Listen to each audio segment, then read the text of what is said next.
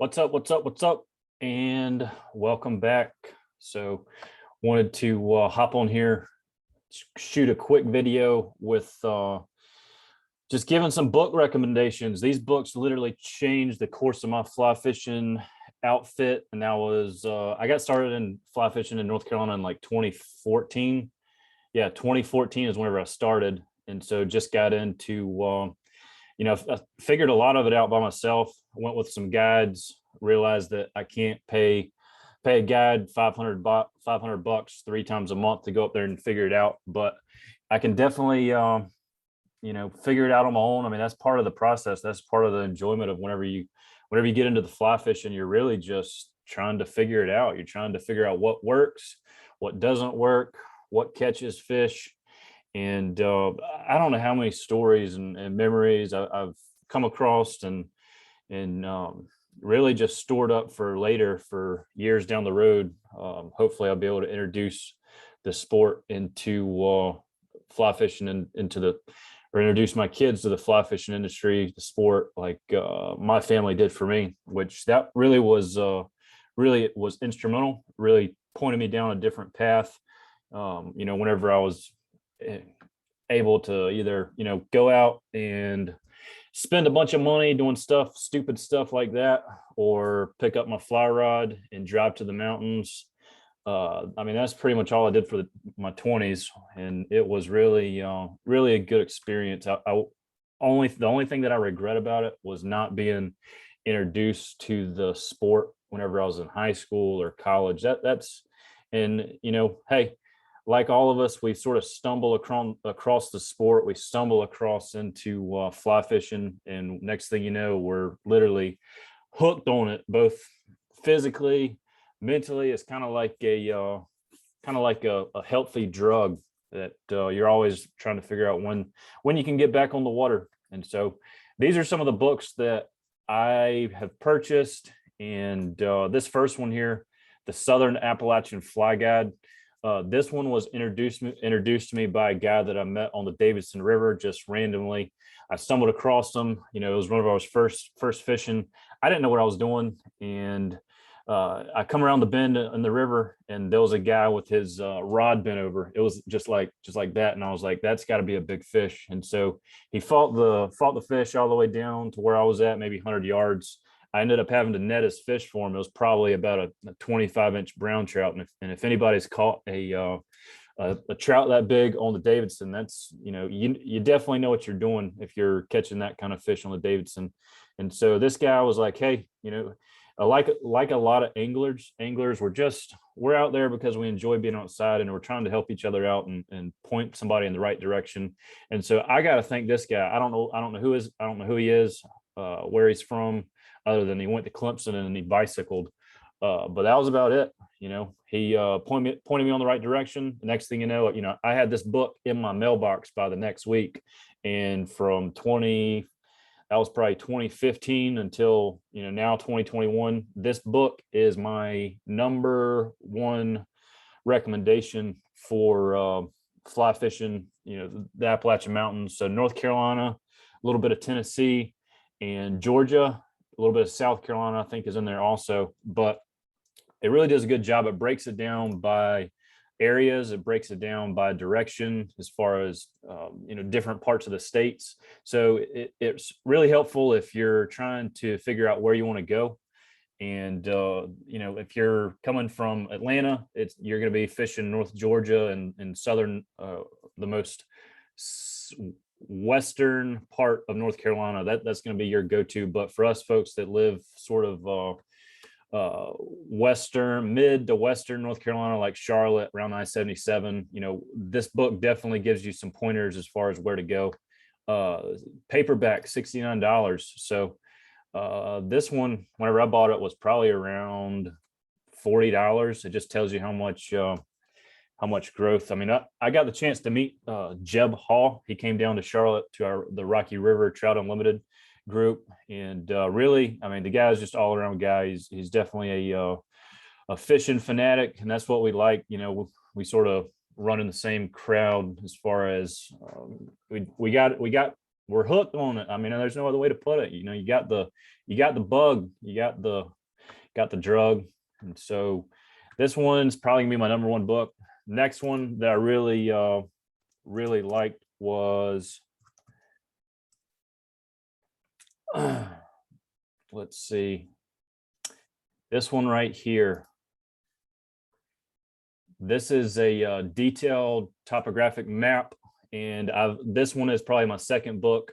The first one is going to give you point you in the right direction as far as areas to fish, just general areas. But what's going to happen is if you only go off that book and you don't have a actual hard copy map, you're going to get up there in the mountains, get up there in the back roads, and you're going to run out of service. And so this can sort of bridge the gap there.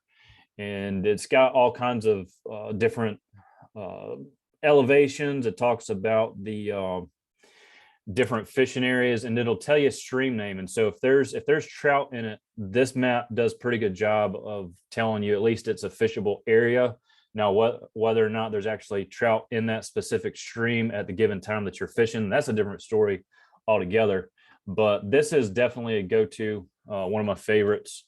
And then the good thing about this Delorme Atlas and Gazetteer, I guess that's how you pronounce it, you got different ones. So if you're fly fishing Tennessee, fly fishing Virginia, you know, wherever you're at, they've got one for it. And so, you know, maybe you're not using that Appalachian Flyguy book, but you're using another source combined with this one.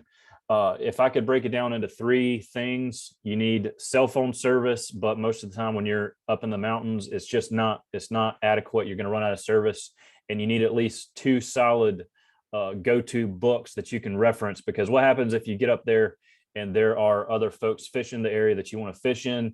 You need to be able to pull out your hard copy and really not spend 2 hours trying to get to the next spot. You want to go ahead and have it mapped out. So whenever I was first getting into planning out my trips and stuff, what I would really do is sit down a night or 2 nights before I would go, and I would plan out the exact spots where I wanted to fish at. And that's been really beneficial. Another book that I've stumbled across recently, I haven't met the guy that put this book together, but from what I have found, what I've used in the book, this one's a pretty good book as far as only fishing waters of the Blue Ridge Parkway. This one is it kind of reads like a storybook. It can definitely be heavy on the content as far as wording, that kind of thing. So if you're just looking for a visual type book, this one, it wins by default, because it's really one of the only few books that are, if not the only book, that only talks about Blue Ridge Parkway areas. But I mean, other than that, I mean, I don't have any complaints about it at all. I've definitely added it to my arsenal for fly fishing reading material. And I'm pretty sure the guy puts together some webinars and other types of educational type material, that kind of stuff for fly fishing. And don't have too much to say about it other than that. It's definitely, I mean, it's worth $25 for sure. So let's see, I think I got one more that I was gonna highlight here.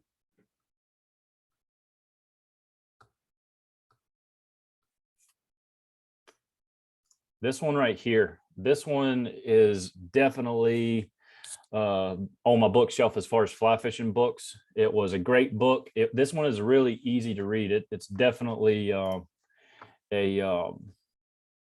would even call it like a kid-friendly book. They can definitely get some concepts and learn some of this stuff.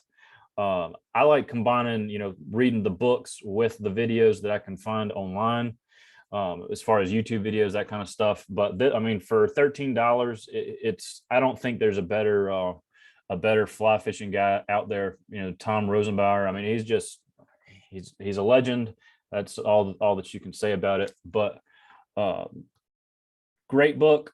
There's another Orvis Match the Hatch book. I think that one is let's see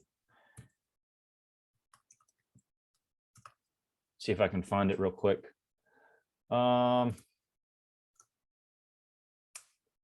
No, I'm not going to be able to pull that one up, but it's a match the hatch book. It's really just talking about like the science and the entomology behind the fly fishing stuff. That's a good one. But yeah, those are my top books as far as just getting started. And I'm based in North Carolina. I'm only fishing North Carolina for the most part. And so if I'm traveling 3 hours, that can get me to Asheville, Cherokee area. If I'm traveling 4 hours, I can get all the way out towards the western part of the state. But for the most people that are around Charlotte, they're only going to drive an hour and a half to 2.5 hours for fishing on a 1-day trip anyway. But yeah, that's all I've got for this one. So a little bit more content with where to find good resources, that kind of thing. If you want to go fishing with me, I'll be glad to take you. I do. I call it beginner fly fishing trips, but I'm not the biggest as far as really diving in onto like specifics, that kind of thing. So I really work well with folks that are already sort of skilled up to date on fly fishing, that kind of thing. They're just looking for different areas to go to. Maybe they're not willing to hike in by themselves. Those are the kinds of folks that I do a lot of stuff with. And then I fish a lot of just easy streams. So if you're wanting to go, just reach out to me. I think I put my contact information in the video description there. I'll be glad to take you. We can talk about rates, that kind of thing. But really, at the end of the day, my mindset really shifted a couple years ago from catching fish and catching a lot of trout to just enjoying the scenery and enjoying just being out there with somebody else, and really introducing new folks to the sport. So that's what I'm out there for. It's always good to catch fish and find fish, and I can definitely do that for you. If you use these books here between the very first video that I put out there with the North Carolina Wildlife Resources Commission and these books here, you're well on your way to figuring out a lot of this fly fishing game by yourself. So that's all I got. I appreciate it, and look forward to talking to you in the next video. So take care.